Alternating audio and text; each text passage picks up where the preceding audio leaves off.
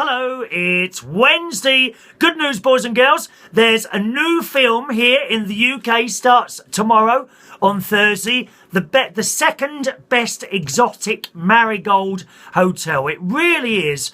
The first one really was a very, very funny, warm film.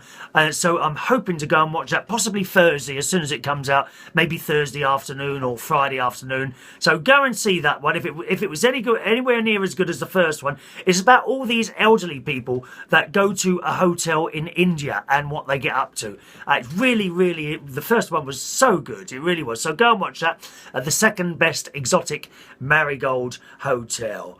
All right, my darlings. I was going to tell you about my little adoption story, wasn't I?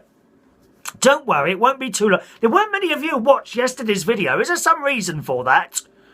Was it bad yesterday? What was wrong with it yesterday? Oh, and by the way, I've got a little bit of a dodgy eye today. I don't know if you can see. Dodgy eyeball. Do you want me to take it out? Some people can actually take their eyes out. Oh, no. How disgusting is that? Oh, they actually take their eyes out of their heads and feel ill and look behind them. Not nice. On the way to the swimming pool today, I go under some trees and a twig hit me in the eye and it was all really sore. I thought it was better. Once I'd been swimming and got out, it didn't sting anymore, so I thought that was all right. But it's a bit blurry at the moment. Does it look different? Does it look a bit different to the other one? Yes, it does, doesn't it, actually? Look, it's a little bit blurry, so I hope that's going to be all right. Probably just needs a little bit of rest. I shall close my eyes for a couple of hours this afternoon, as indeed I do every afternoon. So, adopted. Yes, I was adopted, boys and girls, when I was just a few months old. Many years ago in 1963. Now, the people that adopted me, mum and dad, as far as I consider, are my mum and dad. Okay? That's how it is. That's how it has always been. And that's it. They told me very early on that I was adopted. So early on that I can't actually remember being told. It was like I always knew, like right from the word go. So, you know, there was no problem there or anything. They told me right from the word go, and that was accepted, and that was it. I had a really wonderful upbringing with my mum and dad. And I suppose it's just a natural thing, but as I was in my, I would say my late teenage years, I started wondering about what my birth mother and father were like. So when I was about 21, I decided to go and look for my birth mother, and I found her quite quickly, actually. There wasn't like weeks and weeks of looking and all this. It was, I think, one letter. We didn't have emails then. Oh no! No computers, nothing like that. No, it was all letters. So I sent an email and I got this address. And one of the things, and then they give you advice on how to go about this sort of thing, because it doesn't work for everyone. It's very sad, but it doesn't actually work for everyone. Not everyone's birth mother wants to know. And that's the truth of it, okay? So I was trying to work out what to do. And eventually I decided literally to go and knock on the door of the address I had the letter to. And this indeed I did, was with my ex-wife at the time. Now, were we married? I think we were separated by then. So I was with her at the time, and we went round to this house. I knocked on the door on my own and left her in the car. And an elderly gentleman answered. And I said, hello, is Mary here? He said, well, no, she doesn't live here. I said, oh, okay. And this elderly gentleman says, why are you looking for her? I said, well, she's a friend. And he kind of looked me up and down. He said, I think you better come in.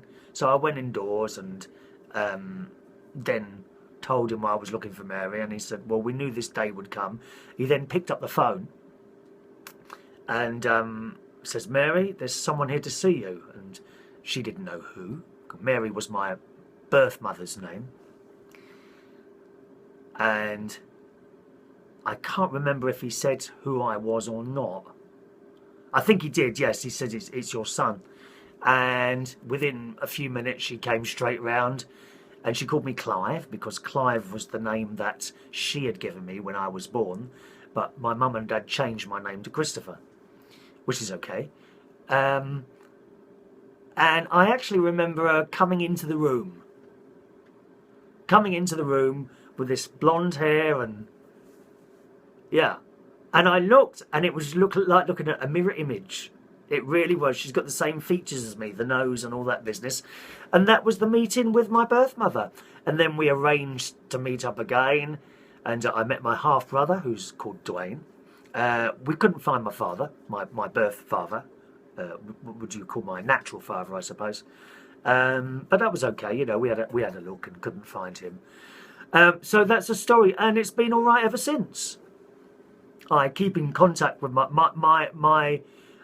mum and dad have both died now. Dad died in 96 and mum died in 2000. My birth mother is, of course, still here, just coming up to her 70th birthday. Or was it 70 or 71, I think so. And we keep in contact a few times a year, you know, telephone, a visit now and again. And it worked out all very well, actually. So that's my adoption story. Now, and I don't hold any... what would you say? I'm not angry that I was given away or anything like that. That doesn't bother me at all. Because in the 60s, it was a very, very different world. It really was. Indeed, Mum tells me that she was convinced to let me go to someone else. And she did the right thing. You know, I've had a wonderful, wonderful time. Wonderful childhood with my mum and dad. I really did. I'm not saying it would have been any different with my birth mother. I think it would have been a lot harder for her. And in those times, it was an unseen thing. You're not married and you've got a child and all that business. No. And that's the story, really. And it's been all right ever since. I was round there last week, actually. I introduced Ronnie to her. She met my best mate, Ronnie. And I think, apart from my ex-wife, Ronnie is the only close person that's ever met my birth mother. And they got on all right. We had a little bit of dinner in the Toby Carvery, very nice, had a bit of a chat. But we get on quite well. Almost like brother and sister, to be honest. And I find myself... I probably find myself saying things to her that I wouldn't have said to my proper mum and dad. I was always quite careful what I said to my mum and dad. I was always worried I might upset them or something like that, you know. Don't want to upset anyone. Don't want to upset anyone because it's a different time and different world and all that. So that's my story. Unfortunately, it doesn't work out so well for everyone like that. Some people go around to the house and have the door shut in their face, you know, which is very sad. But in my case, that wasn't the case, and we all get on like a house on fire. All right, there's my little adoption story for you. Any comments, perhaps? You can always send us an email, all right? Chris@unitedkingdomtalk.co.uk. Chris@unitedkingdomtalk.co.uk. See you tomorrow. Have a nice Wednesday. Bye-bye.